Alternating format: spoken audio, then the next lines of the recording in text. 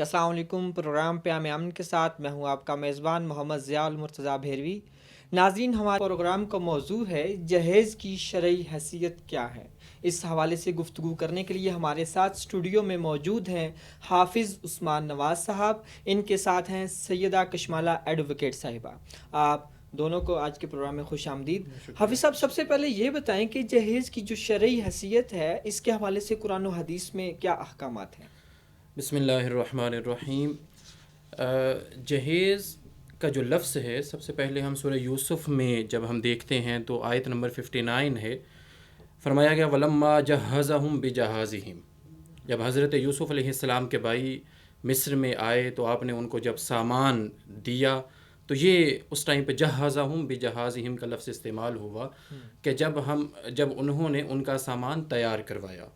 تو جو جہیز کا بنیادی لفظ ہے یہ جہاز سے ہے، جس کا مطلب سامان تیار کرنا ہے، اور یہ عام طور پر ہم اس سامان کے لیے بھی استعمال کرتے ہیں جب مسافر سفر کے لیے جائے تو جو سامان جو زاد راہ اسے دیا جائے اسے بھی جہیز کہا جاتا ہے۔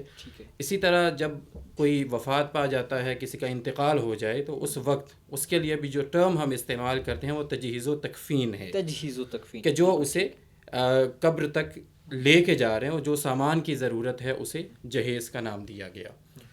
اب کیا جو جہیز ہے یہ شرعاً اس کی حیثیت کیا ہے، تو اس کے حوالے سے ہمارے پاس لفظ تو موجود ہے، لیکن چونکہ آج جہیز کے نام کے اوپر جتنی خرافات یا جہیز کو جس انداز میں ہم نے لے لیا، اس کانسیپٹ کو دیکھا جائے تو شاید اس انداز کے اندر یہ موجود نہیں ہے، بلکہ اس کے اندر اسراف ہمیں نظر آتا ہے، تبذیر نظر آتا ہے، اور قرآن حکیم میں اس چیز سے وضاحت کے ساتھ منع کیا گیا۔ فرمایا وَكُلُوا وَاشْرَبُوا وَلَا تُسْرِفُوا إِنَّ اللَّهَ لَا يُحِبُّ الْمُسْرِفِينَ، کہ کھاؤ پیو اور اسراف نہ کرو، اور اللہ اسراف کرنے والوں کو پسند نہیں کرتا۔ پھر ایک اور مقام پہ ارشاد فرمایا وَلَا تُبَذِّرْ تَبْذِيرًا إِنَّ الْمُبَذِّرِينَ كَانُوا إِخْوَانَ الشَّيَاطِينَ، کہ تم فضول خرچی نہ کرو بلکہ فضول خرچی کرنے والے شیطان کے بھائی ہیں۔ تو گویا یہ قرآن و سنت سے ہمیں یہی رہنمائی ملتی ہے کہ اسراف نہ کرو، تبذیر نہ کرو۔ ہاں، اب یہ جو معاملہ ہے کہ جب ہم جہیز دیتے ہیں تو کیا رسول کریم علیہ السلام کی حیات مبارکہ سے ہمیں کوئی رہنمائی ملتی ہے یا نہیں؟ تو نبی کریم علیہ السلام نے جتنی شادیاں فرمائیں، تمام ازواج مطہرات کو آپ دیکھ لیں تو ہمیں احادیث کی کتابوں میں، سیرت کی کتابوں میں ہمیں یہ نظر نہیں آتا کہ کسی کی شادی ہوئی، رسول کریم علیہ السلام نے عقد فرمایا اور ساتھ جہیز آیا ہو۔ پھر رسول کریم علیہ السلام کی جو شہزادیاں تھیں، جب ان کے نکاح ہوئے تو ان کے نکاح کے اندر بھی ہمیں کسی قسم کے جہیز کی معلومات نہیں ملتی۔ ہاں، جب سیدہ فاطمہ الزہرا رضی اللہ تعالی عنہا کا ذکر کیا جاتا ہے تو ان کے ساتھ یہ کہا جاتا ہے کہ سیدہ فاطمہ الزہرا رضی اللہ تعالی عنہا کو میرے آقا نے جہیز دیا۔ اب اس کے حوالے سے کچھ لوگ استدلال لیتے ہیں، بالکل کچھ لوگ استدلال لیتے ہیں کہ یہ تو جہیز تو سنت ہے، اور اس دور میں چونکہ چیزیں وہی تھیں اور ہم انہی کو لے کے وہی چیزیں دی گئیں، اور آج چونکہ گاڑیاں ہیں، آج بڑے بڑے محل ہیں، بنگلات ہیں، تو آج ہم وہ دیتے ہیں۔ اللہ اکبر۔ تو فقہاء نے اور سیرت نگاروں نے اس کو پر بڑی تفصیل سے لکھا ہے کہ اصل میں حضرت علی المرتضیٰ کرم اللہ تعالی وجہہ الکریم میرے آقا علیہ السلام کے ساتھ رہ رہے تھے، آپ کے زیر کفالت تھے۔ اب جب نکاح کا وقت آیا تو نبی کریم علیہ السلام نے بلایا اور کہا کہ اے علی، تمہارے پاس کیا ہے؟ تو فرمایا ایک زرہ ہے اور ایک تلوار ہے۔ تو آپ نے کہا کہ تلوار تو جنگ کے لیے رکھو اور زرہ کو بیچ دو۔ تو 480 درہم میں اس زرہ کو بیچا گیا۔ حضرت عثمان غنی رضی اللہ تعالیٰ عنہ نے وہ خریدی۔ اب وہ 480 درہم حضرت علی المرتضیٰ لے کے آ گئے نبی کریم علیہ السلام کی خدمت میں۔ تو نبی کریم علیہ السلام نے اس سے خوشبو کو خریدا کہ اس نکاح کے لیے، اور پھر جو سامان تھا جس کی ضرورت تھی گھر کے لیے، وہ سامان خرید کے سیدہ فاطمہ الزہرا کو دیا۔ تو یہ اصل میں اس کو جہیز کا نام نہیں دیا گیا، فقہاء نے اسے کہا یہ اساس البیت تھا، یہ گھر کا سامان تھا، یہ جہیز نہیں تھا۔ اس سامان کے حوالے سے کوئی تفصیل ملتی ہے؟ جی، اس کے حوالے سے ہمیں کافی بہت سارے سیرت نگاروں نے لکھا، لیکن اس میں حفیظ جالندری کا ایک منظوم کلام ہے کہ جس میں انہوں نے اس سامان کے بارے میں ذکر کیا۔ آپ فرماتے ہیں کہ جہیز ان کو ملا جو کچھ شہنشاہ دو عالم سے، ملا ہے درس ہم کو سادگی کا فخر عالم سے، متاع دنیاوی جو حصہ زہرا میں آئی تھی، کھجوری کھردرے سے بان کی ایک چارپائی تھی. اور پھر فرمایا مشقت عمر بھر کرنا جو لکھا تھا مقدر میں، ملی تھیں چکیاں دو تاکہ آٹا پیس لیں گھر میں. پھر فرمایا گڑے مٹی کے دو تھے اور ایک چمڑے کا گدا تھا، نہ ایسا خوش نما تھا یہ، نہ بد زیب اور بدہ تھا. برے تھے اس میں روئی کی جگہ پتے کھجوروں کے، یہ وہ سامان تھا جس پر جان و دل قربان حوروں کے. وہ زہرا جن کے گھر تسنیم و کوثر کی تھی ارزانی، جن کو انا اعطیناک الکوثر کا لقب دیا گیا. تو فرمایا وہ زہرا جن کے گھر تسنیم و کوثر کی تھی ارزانی، ملی تھی مشک ان کو تاکہ وہ لایا کریں پانی. ملا تھا فقر و فاقہ ہی مگر اصلی جہیز ان کو، جو اصلی جہیز دیا. یعنی حضرت حفیظ جلندری فرماتے ہیں ملا تھا فقر و فاقہ ہی مگر اصلی جہیز ان کو، کہ بخشی تھی خدا نے ایک جبین سجدہ ریز ان کو. سیدہ کشمل آپ کی طرف آتے ہیں، یہ بتائیے گا کہ جہیز کے حوالے سے لا کیا کہتا ہے؟ اس میں جو ہے نا ایک بہت ضروری بات یہ ہے کہ ہمارے ہاں برائڈل اینڈ ریسٹرکشن ایکٹ ہے، bridal and dowry gift restriction act ہے، لیکن جو یہ ایکٹ ہے یہ بہت پرانا ہو چکا ہے. اس کے اندر جو لمٹس دی ہوئی ہیں اس میں وہ لمٹس 100 روپے کی ہے. اب ہمارے ہاں آج کل تو 100 روپے میں ٹافیاں آ جاتی ہیں صرف، تو وہ لاجیکلی صحیح نہیں ہے. لیکن بائی لا بھی آپ اس چیز کو دیکھیں تو وہ یہی بات کی جا رہی ہے کہ آپ نے نہ برائڈل گفٹس دینے ہیں، نہ گروم اس چیز کے لیے مانگ سکتا ہے. وہ نہیں کہہ سکتا کہ بھائی مجھے جو ہے یہ چیز چاہیے یا یہ چیز چاہیے، چاہے وہ اس کو تحفتاً کہے کہ آپ اپنی بیٹی کو دے رہے ہیں، آپ کو یہ بات دینے کی اجازت نہیں ہے. اور تیسری بات یہ ہے کہ اس کے اوپر پینل سزا بھی ہے، یعنی اس کے اوپر پینلٹی بھی ہے کہ اگر آپ یہ مانگتے ہیں، آپ یا ایسی کوئی چیز ڈیمانڈ کرتے ہیں تو آپ کو 6 ماہ کی سزا یا پھر فائن ہو سکتا ہے، یا دونوں بھی ہو سکتے ہیں ڈیمانڈ کرنے والوں کو. اور اب جو ہے کیونکہ اس ریسٹرکشن جو ایکٹ تھا اس میں امینڈمنٹس کی ضرورت تھی وقت کے ساتھ آگے بڑھنے کے لیے، تو اس میں ابھی 2020 میں ایک بل جو ہے وہ ٹیبل کیا گیا کہ اس میں امینڈمنٹ کی جائیں، جو اماؤنٹس ہیں انہیں بڑھایا جائے تاکہ کچھ جو، کیونکہ اس کے اوپر جو ایک بہت ضروری چیز تھی وہ یہ تھی کہ آپ نے خرچہ کتنا کرنا ہے، اس کے لیے بھی ایک محدود رقم بتائی گئی تھی.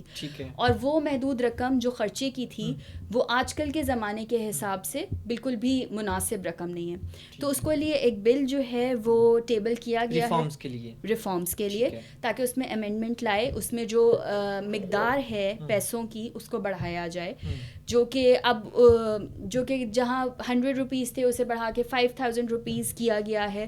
اور اس میں ایک جو بہت اچھی چیز ایڈ کی گئی ہے وہ یہ کی گئی ہے کہ اگر آپ اپنے پیرنٹس آپ کو منع بھی کریں، آپ پیرنٹس کو کہ ہمیں کچھ نہیں چاہیے، اور پیرنٹس آپ کو پھر بھی کہہ رہے ہیں کہ ہم نے دینا ہے، تو آپ اپنے پیرنٹس کے خلاف بھی جا سکتے ہیں کہ آپ جائیں اور انہیں کہیں کہ نہیں یہ میرے پیرنٹس کو منع کیا جائے کہ نہ دیا جائے. اور دوسری بات یہ ہے کہ جو پینلٹی ہے وہ بھی فکس کی گئی ہے کہ کتنی ہے، اور اگر یہ بل اپروو ہو جاتا ہے تو یہ ایک ریفارم جو ہے یہ ایک بہت بہتر ریفارم آئے گا. سو میرے خیال سے اس میں یہ بات ہی سمجھنا بہت ضروری ہے کہ چاہے وہ شریعہ ہو یا چاہے وہ ہمارا لا آف لینڈ ہو، وہ دونوں چیزیں اس چیز کو منع کر رہی ہیں. ہم اکثر جس طرح سے ابھی ہم نے بات کی کہ ہم حضرت فاطمہ کی شادی کو یہ ایگزامپل لیتے ہیں کہ وہاں پر جہیز دی، لیکن ہم اس وقت کے کسٹم کو بھول جاتے ہیں. ہم یہ کیوں نہیں دیکھتے کہ اور کسی بھی بیٹی کے لیے ایسا نہیں کیا گیا، صرف حضرت علی اور حضرت فاطمہ کی شادی کے لیے ایسا کیوں کیا گیا؟ اس کی ایک بہت بیسک وجہ یہ تھی کہ جو عرب، اور وہ رواج ابھی بھی عربوں میں قائم ہے، وہ یہ ہے کہ جو مرد ہے وہ ہر چیز عورت کے لیے مہیا کرتا ہے. تو جیسے کہ حضرت علی ہمیشہ رسول اللہ صلی اللہ علیہ وسلم کی سرپرستی میں تھے، وہ ان کے لیے ایک بیٹے کی حیثیت رکھتے تھے، تو انہوں نے صرف اپنی بیٹی کا وہ عقد نہیں کیا تھا، وہ نکاح کا، وہ انہوں نے اپنے اس بیٹے کا عقد بھی کیا تھا. تو وہاں پہ وہ صرف حضرت فاطمہ کے بہاف پر ایکٹ نہیں کر رہے تھے، وہ حضرت علی کے بہاف پر بھی ایکٹ کر رہے تھے. تو وہ جو ضرورت سامان تھا، وہ ضرورت کی جو چیزیں تھیں وہ انہوں نے ایک طریقے سے حضرت علی کے بہاف پر دی، اور وہ پیسے جن سے وہ چیزیں خریدی گئی وہ حضرت علی کی ذرا بیچ کر آئے گئے.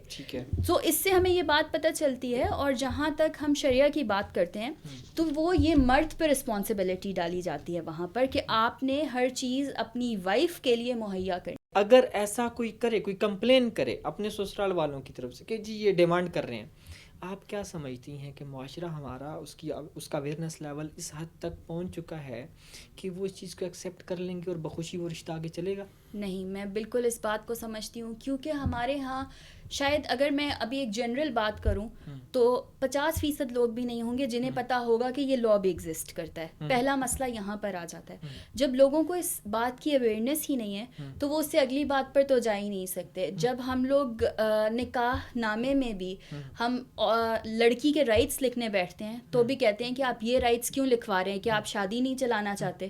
تو جہاں پر ایک لڑکی اپنے ہی سسرال والوں کے خلاف چلی جائے کہ یہ ہم سے یہ جہیز مانگ رہے ہیں، اور وہ تو شاید شادی کرنے کی ان کی وجہ یہ ہوگی کہ یہ لڑکی اچھا جہیز لائی ہے، تو وہ رشتہ کبھی بھی آگے نہیں ہوگا. عثمان صاحب یہ بتائیے گا کہ کیا جہیز جو ہے یہ نکاح کے لوازمات میں شامل ہے؟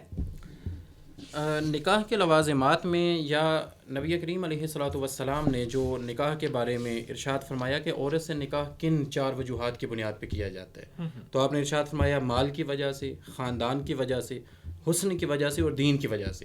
ٹھیک ہے. اور پھر آپ نے ہمارے لیے پریفرنس بھی ارشاد فرما دیا. آپ نے فرمایا تم دین والی کو اختیار کرو. تو گویا ہمیں یہ بتایا جا رہا ہے کہ جو سنت نکاح تم کر رہے ہو تو اس کے اندر اگر تم دین والی کو اختیار کرو گے تو تمہارے لیے دنیا میں بھی بہتر ہے، آخرت میں بھی بہتر ہے. تو گویا نکاح کے جو مقاصد ہیں یا نکاح کے جو لوازمات ہیں یا جس چیز کو بنیاد بنا کے ہم نے نکاح کرنا ہے ان میں سے دین سب سے آگے ہونا چاہیے. پھر ایک اور معاملہ کہ جو دین کے حوالے سے کہ نکاح نبی کریم علیہ الصلوۃ والسلام کی سنت مبارکہ ہے، تو اس کے لوازمات آپ آئلی قوانین اٹھا کے دیکھیں، جو مسلم فیملی لاز ہیں یا قرآن حکیم اور احادیث کو ہم دیکھیں تو وہاں پہ باقی چیزوں کا تو ذکر ہے کہ مرد کے لیے کیا ریکوائرمنٹس ہیں، عورت کے لیے کیا عمر کیا ہے، اس کے لیے کیا چیزیں ہونی چاہیے، وہ ساری چیزیں موجود ہیں. لیکن ہمیں کہیں پہ جہیز کا ذکر نہیں ملتا. ہمیں حق مہر کا تو ذکر ملتا ہے کہ اتنا حق مہر ہوگا، یہ معاملات ہوں گے، حتیٰ کہ جو رہن سہن کے جو اصول ہیں وہ ساری چیزیں ہمیں ملتی ہیں، لیکن ہمیں کہیں جہیز کا ذکر نہیں ملتا. اگر یہ اتنا ہی ضروری ہوتا جتنا آج ہم نے بنا لیا، اور خاص طور پہ سب کانٹیننٹ میں، کہ آج جہیز کے بغیر شادی کرنا شاید ناممکن ہو گیا. حتیٰ کہ جو پڑھے لکھے لوگ ہیں، جو اس چیز سے باخبر ہیں، جنہیں یہ پتہ ہے کہ جہیز کا جو تصور ہے شریعت کے اندر، اسلام کے اندر بالکل نہیں ہے، وہ بھی آج یہ کہتے ہوئے نظر آتے ہیں کہ ٹھیک ہے کچھ نہ کچھ دینا چاہیے یا کچھ نہ کچھ لے لینا چاہیے. حالانکہ یہی ایک بنیادی وجہ ہے کہ جس کی وجہ سے آج ہماری ایک بہت بڑی تعداد ہماری بیٹیوں کی، ہماری بچیوں کی آج گھروں کے اندر بیٹھی ہوئی ہے کہ ان کے لیے مناسب رشتے نہیں ہیں. کیونکہ جہیز کا انتظام نہیں ہو سکتا. تو یہ نکاح کے جو لوازمات ہیں ان کے اندر تو پرائمری امپورٹنس دین کو دی گئی ہے. اور پھر جو دوسرا معاملہ ہے، قرآن نے کہا الرجال قوامون علی النساء بما فضل اللہ بعضهم علی بعض وبما انفقوا. جو اصل معاملہ ہے کہ جو مردوں کو عورتوں کا نگہبان بنایا گیا، تو اس کے اندر کہا کہ بعض کو بعض پر فضیلت ہے، لیکن وجہ کیا ہے کہ مرد اپنا مال خرچ کرتے ہیں. تو عورت کے اوپر کوئی ذمہ داری نہیں ہے مالی اعتبار سے. عورت کو اسلام نے ان تمام چیزوں سے مبرہ رکھا ہے، یہ ساری ذمہ داری مرد کے اوپر ہے. حتیٰ کہ سورۃ الطلاق کے اندر اللہ رب العزت نے ارشاد فرمایا اسکنوہن من حیث سکنتم من وجدکم ولا تضاروہن لتضیقوا علیہن، کہ جس کا مفہوم یہ ہے کہ تم جہاں پہ خود رہو وہیں پہ ان کو رکھو اور ان کو نقصان نہ پہنچاؤ، ان پہ تنگی نہ کرو.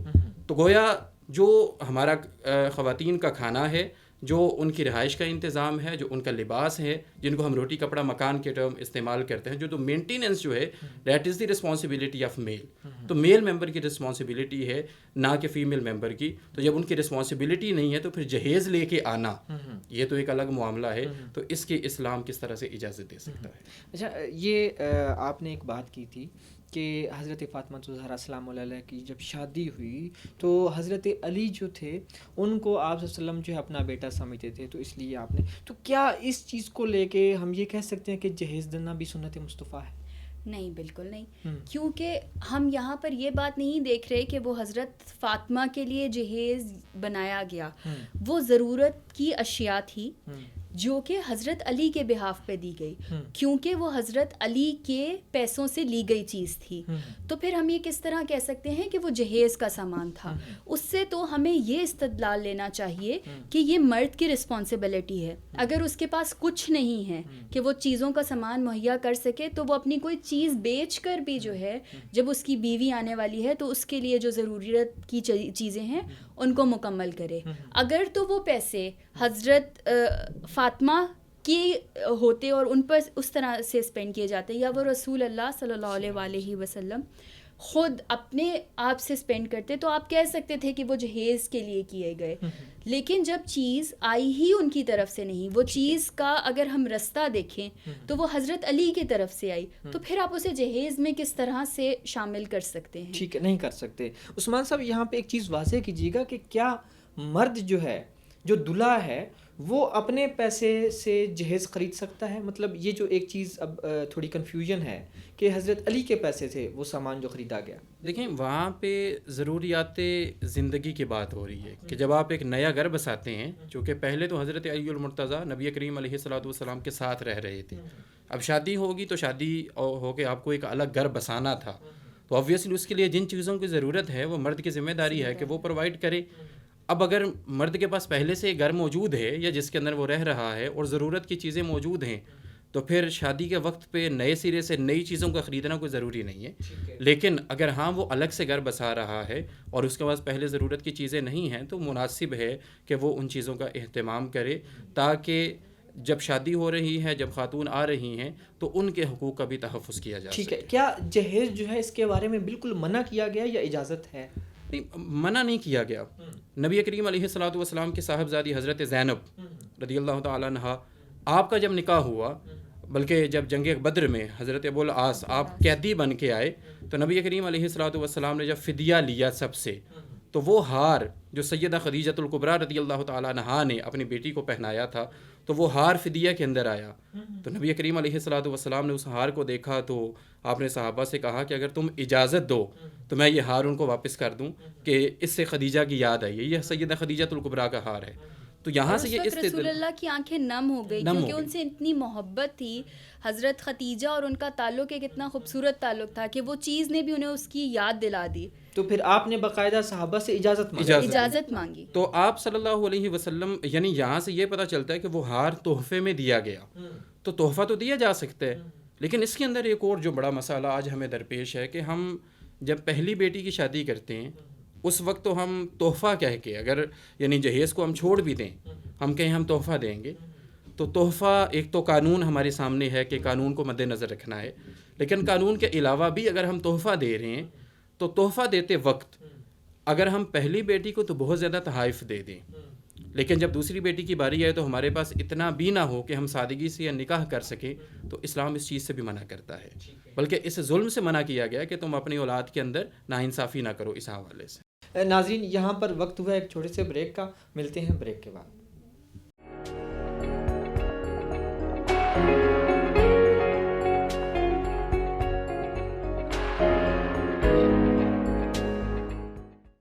جی ناظرین, بریک کے بعد دوبارہ آپ کو خوش آمدید کہتے ہیں. سیدہ کشمالہ, یہ بتائیے گا کہ تحفہ اور جہیز دو الگ الگ چیزیں ہیں یا تحفے کو بھی جہیز کے طور پر دیا جا سکتا ہے؟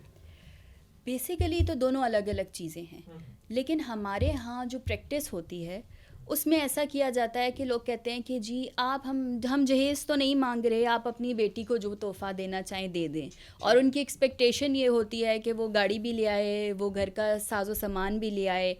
اور جیسے کہ ابھی ہم نے ایک بڑی اہم بات کی کہ اگر وہ اپنا گھر آلریڈی ان کا ہے, تو اگر آپ ایک بستر پہ سوتے ہیں تو آپ کو ایک نئے بستر کی ضرورت نہیں ہے, تو وہی چیز استعمال میں آ سکتی ہے. اور تحفہ دیا جائے تو تحفے کی کوئی لمٹ ہو, ٹھیک ہے, ہم آپس میں بھی ایک دوسرے کو تحائف دینا پسند کرتے ہیں, یہ بھی کہا گیا کہ تحائف دینے سے آپس میں محبت بڑھتی ہے, تو وہ تحفہ ایک بہت چھوٹی چیز بھی ہو سکتی ہے, وہ تحفہ صرف ایک جوڑا بھی ہو سکتا ہے. لیکن جہاں پر ہم جہیز اور تحفے کے بیچ میں کنفیوژن لاتے ہیں, تو وہاں پہ ہم تحفے کے نام پر جہیز ہی لے رہے ہوتے ہیں. تو اگر تو پیرنٹس کوئی چیز اپنی مرضی سے بچی کو دینا چاہ رہے ہیں, تو وہ چیز صرف وہ اس محدود لمٹ وسائل کو تک دیکھتے اپنے ہوئے. وسائل کو دیکھتے ہوئے وہ یہ نہ سوچیں کہ اگر میں نے یہ چیز نہ دی تو میری بیٹی بسے گی نہیں, وہ پھر تحفہ نہیں رہے گا, وہ پھر ان کی خوشی نہیں رہے گی. ایک باپ جو صرف اپنی بیٹی شادی کرنے کے لیے پہلے وہ 25 سال انتظار کرتا ہے, جس دن وہ پیدا ہوتی ہے اس دن سے اس کا سامان اس کی ماں بنانے لگتی ہے, پھر جب شادی کا وقت آتا ہے تو وہ 4 جگہ سے قرضے پکڑ کے اس کی شادی کرتا ہے, تو اسے آپ تحفہ نہیں کہہ سکتے. ٹھیک ہے عثمان صاحب, یہ بتائیں کہ 2 چیزیں ہیں. ایک تو ہم یہ دیکھتے ہیں کہ سسرال کی طرف سے ڈیمانڈ ہے کہ جی ہمیں یہ چیز چاہیے. دوسرا یہ کہ کچھ پیرنٹس جو ہے وہ اپنی عزت بچانے کے لیے, دوسروں کو دکھانے کے لیے جو ہے وہ قرض لے کر یا شو آف کرنے کے لیے بہت زیادہ وہ جہیز دیتے ہیں. تو یہ ساری چیزیں جو ہیں یہ کیسے کنٹرول ہو سکتی ہیں, اس میں ہماری رسپانسبلٹی کیا ہے؟ دیکھیں, یہ تو آپ نے بات کی کہ جہیز کی وجہ سے مسائل کیا آ رہے ہیں. دیکھیں, مسائل بہت زیادہ مسائل جن کا ہمارے سماج کے ساتھ تعلق ہے, سوسائٹی کے ساتھ تعلق ہے. مثال کے طور پہ جہیز کی وجہ سے ہمارے ہاں جس طرح ابھی میری بہن نے بات کی کہ والدین بچپن سے ہی شروع کر دیتے ہیں, حالانکہ جس چیز پہ فوکس کرنا تھا وہ ان کی تعلیم و تربیت تھی. اب تعلیم و تربیت ایک سائڈ پہ رہ جاتی ہے. ہمیں پتہ ہے کہ ہم نے جہیز دیں گے تو ہماری بیٹی کا گھر بسنا ہے. تو جب یہ معاملہ ہمارے سامنے مد نظر ہوتا ہے تو ہم تعلیم و تربیت میں بعض اوقات کمی رہ جاتی ہے اور ہم اس چیز کی طرف چلے جاتے ہیں, حالانکہ قرآن نے, سنت نے اور شریعت نے تو ہمیں دین کی طرف لانے کے لیے کہا. مطلب ہم اصل فوکس سے ہٹ جاتے ہیں, فوکس سے ہٹ جو حکم ہے اس سے جو حکم ہے اس سے ہٹ گئے.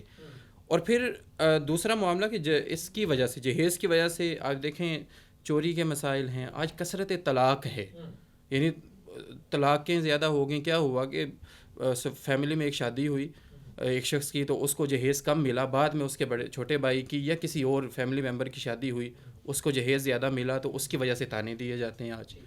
اب یہ اتنے قبیح عمل ہے, اتنا برا عمل ہے, اور ڈیمانڈ والا معاملہ کہ یہ تو بیکاری بننا ہے, سیدھا سا عمل ہے کہ یہ تو مانگنے والا اور بیکاری بننے والا معاملہ ہے. تو اس معاملے سے ہمیں بچنا ہے. اب بچنے کے انداز ایسے ہیں کہ معاشرہ ہمارا چونکہ اس کے اندر ایسا رچ بس چکا کہ اب اگر آپ یا میں انفرادی طور پہ اس سے لا تعلقی کا اظہار کریں گے تو ہر کوئی کہے گا کہ اچھا آپ کے پاس دینے کے لیے ہے نہیں یہ چیز. اب اس میں ہمیں کس طرف جانا ہے؟ ہمیں اپنے گھر سے شروع کرنا ہے کہ اگر میرا بیٹا ہے اور اس کا نکاح ہو رہا ہے تو میں اس میں پہلے آگے آؤں اور میں کہوں کہ ہمیں جہیز کی ضرورت بھی نہیں, اور اگر والدین بیٹی کے اصرار کرنا بھی چاہیں تو ان کو کہہ دیا جائے ہاں اگر آپ کچھ دینا چاہتے ہیں تو اس کے بارے میں حکیم الامت مفتی احمد یار خان نعیمی رحمۃ اللہ علیہ نے ایک حل تجویز کیا. آپ فرمانے لگے کہ اس کا حل یہ ہے کہ آپ اپنی بیٹیوں کے نام پہ پراپرٹی خریدیں, لیکن بیٹیوں کے نام پہ ہو, بیٹوں کے اپنے جو ہے داماد کے نام پہ نہیں, بیٹیوں کے نام پہ پراپرٹی خرید لیں, ان کے نام پہ بینک اکاؤنٹ رکھ دیں, بینک بیلنس ان کے نام پہ, تاکہ وہ ان کے نام پہ ہو. جب ان کے نام پہ ہوگا تو جس پروٹیکشن کی آج ہم بات کر رہے ہیں جو جہیز کی وجہ سے آ رہے, شاید وہ پروٹیکشن انہیں احسن طریقے سے مل سکے گی. اور پھر بہت سارے مسائل ہم روزانہ اخبارات میں دیکھتے ہیں. آج ایک والد نے خودکشی کر لی کہ اس کی 4 بیٹیاں تھیں. اب نبی کریم علیہ الصلاۃ والسلام تو رحمت بن کے آئے تھے بیٹی کے لیے, اور بیٹی کو رحمت فرمایا, زحمت نہیں ہے بیٹی. تو لیکن آج جہیز نے وہی جو زمانے جاہلیت کا تصور تھا کہ بیٹی اس وقت زحمت تھی لوگوں کے لیے, آج جہیز نے ہمیں زمانے جاہلیت میں پہنچا دی ہے کہ آج بیٹی ہوتی ہے تو والدین سوچ بچار میں پڑ جاتے ہیں کہ پہلے ایک بیٹی تھی دوسری بیٹی ہو گئی ہے, حالانکہ وہ تو رحمت ہے, سراپر رحمت ہے. تو وہ جو سوال قیامت والے دن وہ بیٹی جس کو زندہ درگور کر دیا گیا تھا, جب وہ کرے گی کہ بِأَيِّ ذنبٍ قُتِلَتْ, مجھے کس جرم میں قتل کیا گیا تھا, تو کیا آج کی بیٹی جو جہیز نہ ہونے کی وجہ سے معاشرے کا ظلم سہ رہی ہے, کیا یہ کل کو سوال نہیں کرے گی اللہ کی بارگاہ میں کھڑی ہو کے کہ میں دین پہ بھی چل رہی تھی, دین کا معاملہ میرا سب کچھ ٹھیک تھا, لیکن دنیاوی معاملہ پورا نہیں تھا اور اس کی وجہ سے میری شادی نہیں ہوئی. اور آج کتنے گھر ایسے ہیں, یار ایک بہت بڑی تعداد ہے ہماری بیٹیوں کی جو گھروں کے اندر بیٹھی ہے صرف اس ایک وجہ سے, اور اس ہرڈل کو آج ختم کر دیا جائے. اور دوسرا آپ نے نمائش کا کہا, یہ نمائش ہی ختم کر دی جائے تو آدھے مسائل ختم ہو. یہ نمائش کیسے ختم ہو سکتی؟ اصل سوال یہ ہے ختم کیسے ہوگی؟ دیکھیں, اس کے لیے قانون کی عملداری ہے. یعنی 2 معاملات ہیں, ایک تو قانون کی عملداری ہے, دوسرا اخلاقی طور پر. اخلاقی طور پر یہ ہے کہ جو وارثان محراب و ممبر ہیں, یعنی اگر علماء ہیں جو مسجد کے اندر موجود ہیں یا جو سول سوسائٹی ہے, ان سب کو اپنا رول ادا کرنا ہے. تو قانون تو موجود ہے، اور قانون کی جو اسٹرکٹ امپلیمنٹیشن ہے، جب یہ اسٹرکٹ امپلیمنٹیشن کی طرف جائے گا تو بہت سارے مسائل کم ہوں گے. پھر جب محراب و ممبر سے اور سول سوسائٹی کی جانب سے یہ ایک آواز آئے گی کہ بھئی یہ جو کام آپ کر رہے ہیں یہ تو نہ تو شریعت کے اندر احسن اقدام ہے، اور نہ قانون کے اندر ہے، اور نہ معاشرہ اس کی اجازت دیتا ہے، یہ معاشرے کے اندر ڈس بیلنس کریٹ کر رہے ہیں، اور اس ڈس بیلنس کی وجہ سے ہمارے ہاں جتنے بھی چوری ہے، ڈکیتی ہے، یا اس طرح کے جو جرائم ہیں وہ بھی آ رہے ہیں. کیونکہ جب والد، اور ہم دیکھتے ہیں مساجد کے اندر نماز پڑھیں تو نماز کے بعد کوئی بندہ کھڑا ہو جاتا ہے کہ میری اتنی بیٹیاں ہیں، ان کی شادی کرنی ہے. یہ اب اس سے بڑھ کے ہمارے لیے یعنی اور کیا ڈوب مرنے کا مقام ہے کہ وہ مسجد جس کو کمیونٹی سینٹر کا درجہ دیا گیا کہ لوگ وہاں پہ آئیں گے، اپنے مسائل کا حل تلاش کریں گے، لوگ آتے ہیں اور آ کے یہ کہتے ہیں کہ میری بیٹیاں ہیں اور میں نے ان کی شادی کرنی ہے. تو اگر بیٹیوں کا ہونا والدین کے لیے اس قدر آج زحمت بن گیا کہ انہیں دوسروں کے سامنے ہاتھ پھیلانا پڑ رہا ہے، تو یقیناً اس کے اندر ہم سب کا قصور ہے. بے شک. تو اس کے اندر ہمیں جو لا بنانے والے ہیں اور لا کو امپلیمنٹ کرنے والے ہیں، ان کا بھی کام ہے. جو مدارس کے اندر، سکولز کے اندر، یونیورسٹیز کے اندر جو نظام ہے، وہاں سے ہمیں یہ آواز بلند کرنی ہے کہ یہ جہیز جو ہے اس کی ہمیں ضرورت نہیں ہے، اس کے بغیر ہمیں. لیکن معاملہ یہ ہے کہ صرف ایک جہیز ہی تو نہیں رہ گیا. جہیز کے ساتھ ہم نے ایک شادی جو ہے، جو نکاح ہے، وہ سنت مصطفیٰ صلی اللہ علیہ وسلم ہے. تو ہم نے ایک خالصتاً جو دینی عمل تھا، مذہبی عمل تھا، اس کے اندر اتنی خرافات شامل کر لی کہ صرف ایک جہیز کو بھی اگر نکال دیں گے تو باقی بہت ساری پھر بھی موجود ہیں. بہت ساری ایسی چیزیں ہیں. تو ہمیں اس پروسیس کو ریگولیٹ کرنا ہے کہ جہاں پہ شادی کی جو مسنون معاملات ہیں، جس طرح نبی کریم علیہ الصلوۃ والسلام نے شادیاں فرمائیں، جس طرح اہل بیت اطہار نے فرمائیں، جس طرح صحابہ کرام نے فرمائیں، جب ان معاملات کے مطابق اپنی شادیوں کو ہم کریں گے تو یقیناً جہیز خود بخود ہمارے سسٹم سے آؤٹ ہو جائے. سیدہ کشمالہ یہ بتائیے گا کہ ایک خاتون، ایک عورت جب اس کی اپنی شادی ہوتی ہے تو اس کو جہیز کی ڈیمانڈ جو ہے وہ بہت بری لگتی ہے. جب وہی ساس بنتی ہے تو وہ خود ڈیمانڈ کرتی ہے، اور اس کا جو ہسبینڈ ہے، جو سسر ہے، اس کی ڈیمانڈ ہو یا نہ ہو، وہ اگر کہے کہ ٹھیک ہے کوآپریٹ کر لیتے ہیں، لیکن وہ خاتون جو ہے وہ کہتی نہیں ہمیں یہ بھی چاہیے، یہ بھی چاہیے. اس کا کیا حل ہے؟ آپ کیا کہیں گی؟ حل سے پہلے ہم یہ سوچتے ہیں کہ ایسا ہوتا کیوں ہے. ہمارے ہاں لوگوں کا ایک بڑا مسئلہ یہ ہے کہ وہ جب کسی مشکل سے گزرتے ہیں یا کسی چیز کو فیس کرتے ہیں تو وہ یہ نہیں سوچتے کہ جب اب کوئی آگے آئے گا تو میں اسے اس مشکل سے نہیں گزاروں گا. وہ یہ سوچتے ہیں کہ میں اپنا باقی لوگوں سے بدلہ کیسے ٹھیک ہے، جیسے ہم نے مشکل فیس کی ہے دوسرے بھی کریں، یہ بھی کریں. اور مجھے لگتا ہے کہ شاید ہم اپنے اس مشکل مرحلے میں جہاں ہمیں رحم دل ہونا چاہیے ہم بے رحم ہو جاتے ہیں. ہم کہتے ہیں، ہم اکثر جہاں ساس یا بہو کے مسائل دیکھتے ہیں تو ہم یہ دیکھ رہے ہوتے ہیں کہ وہ ساس جو ہے وہ خود بڑی مشکل، اس نے ٹف زندگی گزاری ہوتی ہے، اور ابھی اگر اس کی بہو کے لیے باقی سب چیزیں آسان ہیں، اچھی ہیں، پھر بھی وہ کسی نہ کسی طرح اس کے لیے مسئلہ بنا رہی ہوتی ہے. تو شاید ہم لوگوں کو یہ بات سمجھنے کی ضرورت ہے کہ اگر ہم کسی مشکل مرحلے سے گزرے ہیں تو ہم اس کا بدلہ کسی اور سے نہ لیں، بلکہ ہم بہتری کریں تاکہ جو ہم سے آگے آنے والے ہیں وہ بہتری کا سامان بنیں. جہاں پر یہ ظلم کی چین ٹوٹے گی نا، وہیں سے چیزیں بہتری کی طرف جائیں گی. تو اس چین کو توڑنا بہت ضروری ہے. ایک سٹیپ لینے کی بہت ضرورت ہے کہ اگر میرے ساتھ کسی نے غلط بھی کیا ہے تو میں اگلے کے ساتھ غلط نہ کروں. اگلا کیا، اگر میرے پہ موقع آ گیا اس پہلے انسان کے ساتھ بھی، تو میں اس کے ساتھ اچھائی کا برتاؤ کروں کہ میں ایک مثال بنوں. تو یہ چیز تبھی ختم ہو سکتی ہے جب ہم اچھائی کی طرف ایکشن لینا شروع کریں گے rather than برائی کی طرف ایکشن لینے کے. بالکل ٹھیک ہے. یہ جو جہیز ہے اس کو اللہ کی لعنت قرار دیا جا سکتا ہے؟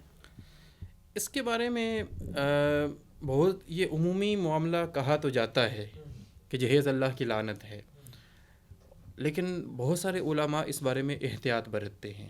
وہ کہتے ہیں کہ ہمیں اتنا سویپنگ سٹیٹمنٹ ہمیں نہیں دینی چاہیے. ہاں، اس کی وجہ سے مسائل بے شمار ہیں. اس کا تصور قرآن و سنت کے اندر ایز اٹ از نہیں ہے جس طرح ہمارے ہاں امپلیمنٹ کیا جاتا ہے، تو اس کو لعنت خدا نہ کہا جائے. لیکن جب ہم سنت مصطفیٰ کہتے ہیں تو اگر سنت مصطفیٰ مان بھی لیا جائے ان کی بات، تو فرض یا واجب تو نہیں کہہ دیا گیا کہ یہ آپ پہ فرض یا واجب ہو گیا. تو دونوں پہلوؤں پہ ہمیں ایکسٹریم سے بچنا ہے. نہ تو ہم اسے لعنت خدا کہ یہ اللہ کی لعنت ہے، تو اگر لعنت خدا ہوگی تو پھر اس کے اندر برکت کیسے آئے گی، رحمت کیسی آئے گی؟ اگر کسی نے حقیقتاً اپنی بیٹی کو گفٹ دیا ہو without any kind of pressure, تو اس کے لیے پھر کیا معاملہ ہوگا؟ تو ہمیں دونوں ایکسٹریمز سے بچنا ہے، ایک اس ایکسٹریم سے کہ جہاں پہ ہم اسے لعنت خدا کہیں، اور دوسرا اس ایکسٹریم سے بھی جہاں پہ ہم یہ سمجھیں کہ یہ ہمارے لیے فرض یا واجب ہو گیا. ٹھیک ہے، مطلب ایک توازن کے ساتھ ایک بیلنس کے ساتھ ہمیں چلنا. ٹھیک ہے. کوئی ایسی مثال ہو صحابہ کرام کی زندگی میں، جیسے بہت نام ہے حضرت عثمان ذو النورین رضی اللہ تعالیٰ عنہ کا کہ آپ کے پاس بڑا مال و دولت تھا، تو کوئی ایسی مثال ملتی ہے کہ مال و دولت ہونے کے باوجود انہوں نے اپنی بیٹیوں کو جہیز نہیں دیا؟ دیکھیں، سب سے زیادہ مال و دولت یا سب سے زیادہ با اختیار وہ تو نبی کریم علیہ الصلوۃ والسلام کی ذات تھی، کہ جن کے بارے میں یہ تھا کہ اگر آپ حکم کرتے تو احد سونے کا ہو کے آپ کے ساتھ چلتا. تو سب کچھ اختیار ہونے کے باوجود آپ نے اپنی بیٹی کو اس انداز میں وہ مثال قائم نہیں کی، کیونکہ مثال تو آپ سے ہونی تھی. بلکہ جب سیدہ فاطمہ الزہرا رضی اللہ تعالیٰ عنہا کا نکاح ہوا حضرت علی المرتضیٰ کرم اللہ تعالیٰ وجہہ الکریم سے، تو ایک منافق وہ گزرا اور اس نے حضرت علی سے کہا کہ علی، میں نے تمہیں کہا تھا کہ تم میری بیٹی سے نکاح کرو تو میں تمہیں اونٹوں پہ سامان لاد کے دوں گا. تو آپ نے فرمایا کہ جو فاطمہ کی صورت میں مجھے ملا ہے دین و دنیا سے بہتر ہے، تو دنیا و ما فیہا سے میرے لیے بہتر ہے. تو گویا یہ مثالیں، ہاں بعد کے بادشاہوں کے اندر ہمیں اس طرح کی مثالیں ملتی ہیں کہ یہ رواج، اور پھر خصوصاً جب ہم سب کانٹیننٹ میں آئے تو یہاں پہ یہ ایک جو رواج ہے کہ جو ہندوانہ رسومات ہمارے معاملات کے اندر شامل ہوئیں، تو وہاں سے یہ رسم بھی شامل ہوئی کہ جو خاتون ہے، جو عورت ہے، وہ اپنے ساتھ یہ سب کچھ لے کے آئے. اور آج دیکھیں فہرست جب تھما دی جاتی ہے تو اس کے بعد کیا اخلاقی جواز رہ گیا، کیا اخلاقی معاملات رہ گئے. تو یہ صحابہ کرام علیہم الرضوان کی زندگی میں سادگی نظر آتی ہے، نبی کریم علیہ الصلوۃ والسلام کی زندگی میں سادگی نظر آتی ہے، اور اہل بیت اطہار ان سب کی زندگیوں میں دیکھیں تو ہمیں اس طرح کی مثالیں نہیں ملتی. ٹھیک ہے. سیدہ کشمالہ، آخر میں یہ بتائیے گا کہ جب رشتہ ازواج میں منسلک ہونے والے دو افراد، کیا ان کو کس چیز پہ فوکس کرنا چاہیے؟ رشتہ لینے والوں کو بھی اور رشتہ دینے والوں کو بھی، جہاں پہ وہ ایک جہیز بھی دیکھتے ہیں. مجھے لگتا ہے کہ اگر ہم یہی دیکھیں کہ جہیز کی رسم کہاں سے آئی ہے، جہیز کی رسم مسلمانوں کی وراثت نہیں ہے، جہیز کی رسم ہندوؤں کی وراثت ہے، کیونکہ وہ بیٹی کو اپنی وراثت میں حصہ نہیں دے رہے تھے.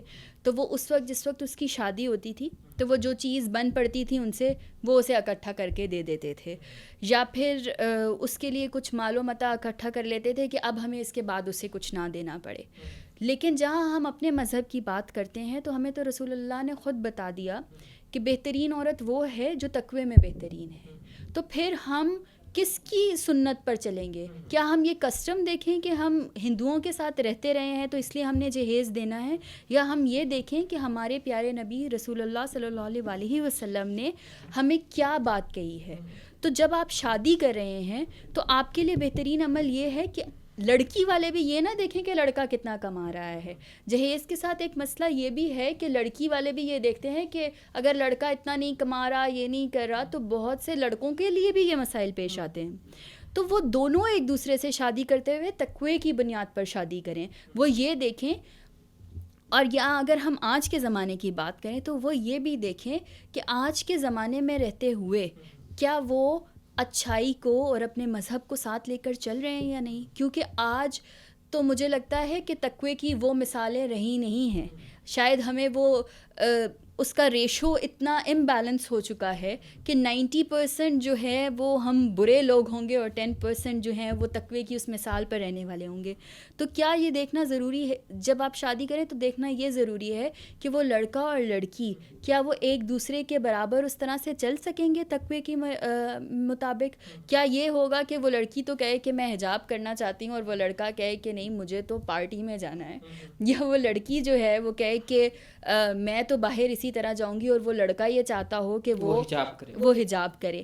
سو اس چیز کو مد نظر سب سے رکھنا ضروری ہے, ریدر دین یہ کہ وہ کیا پیسہ لے کے آ رہی ہے یا وہ کیا پیسہ کما رہا ہے. مجھے لگتا ہے دنیاوی معاملات کو جب ہم اپنی ان چیزوں سے نکالیں گے تو جو ہماری طلاق کی شرح بڑھ رہی ہے، جو ہمارے مسائل ہو رہے ہیں، ان سب چیزوں میں بہتری آئے گی جب ہم دنیا چھوڑ کے دین کو اپنائیں گے. تو کیا جہیز جو ہے اس کو وراثت کا متبادل قرار دیا جا سکتا ہے؟ بالکل نہیں دیا جا سکتا، کیونکہ وراثت کے اپنے اصول ہیں، اپنے قوانین ہیں، اور آج ہمارے ہاں مسئلہ ہی یہی ہے کہ ہم اپنی بیٹیوں کو جہیز دے دیتے ہیں، لیکن جب وراثت میں حصے کی باری آتی ہے تو اکثر تو بھائی یہ کہتے ہیں کہ ٹھیک ہے اگر بہن نے حصہ لینا ہے تو پھر آئندہ ہمارے ساتھ کوئی تعلق نہیں ہوگا. ٹھیک ہے، مطلب وراثت میں حصہ نہیں ملے گا. وراثت میں حصہ نہیں ملے گا. تو یہ معاملہ جو ہے ہمارے ہاں جہیز، اگر ہم جہیز کو بالکل ختم کر دیں گے تو آبویسلی وراثت میں حصہ دینے کی شرح بڑھ سکتی ہے، اور پھر قانون سازی اس کے اوپر موجود ہے کہ جس میں وراثت کو کمپلسری ڈکلیئر کیا گیا ہے. تو وراثت جو ہے یہ شرعی حق ہے، اس کو ریپلیس نہیں کیا جا سکتا، اور وراثت کا حق چونکہ اسٹیبلش بھی مورث کے مرنے کے بعد ہوگا، تو اس وجہ سے وراثت کا حق تو اسٹیبلش ہی بعد میں ہونا ہے، تو اس لیے اس کو ریپلیس کیا ہی نہیں جا سکتا. ٹھیک ہے، وراثت کا حق جو ہے وہ بعد میں ہوگا، وہ اس موقع پر نہیں ہو سکتا. جب وہ وارث جو ہے اس کی وفات ہوگی تو جب وہ بٹوارا ہوگا وراثت کی باری اس ٹائم آئے گی. بہت شکریہ حافظ عثمان نواز صاحب آپ کا، بہت شکریہ سیدہ کشمال ایڈوکیٹ صاحب آپ کا. ناظرین، یہاں پر پروگرام کا وقت ختم ہوا چاہتا ہے، ہم آپ سے اجازت چاہتے ہیں، ملیں گے اگلے پروگرام میں. اللہ حافظ.